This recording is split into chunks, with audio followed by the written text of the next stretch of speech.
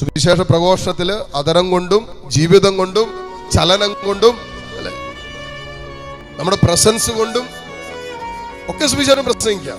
സുവിശേഷം പ്രസംഗിക്കാൻ മൈക്കിന്റെ ആവശ്യമൊന്നുമില്ല. ഇത് ലാസ്റ്റ് റിസോർട്ടാണ്, അവസാന പരിപാടിയാണ്.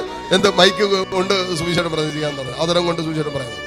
ജീവിതം കൊണ്ടാണ് സുവിശേഷം പ്രസംഗിക്കേണ്ടത്. സഹനത്തിലാണ് ഏറ്റവും പരമോന്നതമായ സുവിശേഷ പ്രഘോഷണം നടക്കുന്ന സഹനത്തിൽ.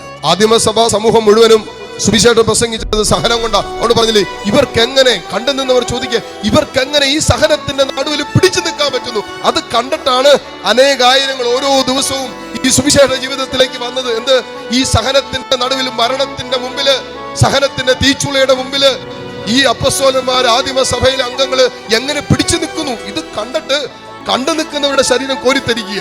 ഇതിലെന്തോ വ്യത്യസ്തതയുണ്ടല്ലോ, ഇവരിലെന്തോ വ്യത്യസ്ത. ഇത് കണ്ടിട്ടാണ് അവരും അനേകർ സുവിശേഷ ജീവിതത്തിലേക്ക് വന്നത്. സഹനത്തിലൂടെ സുവിശേഷം പ്രസംഗിക്കാൻ പറ്റും.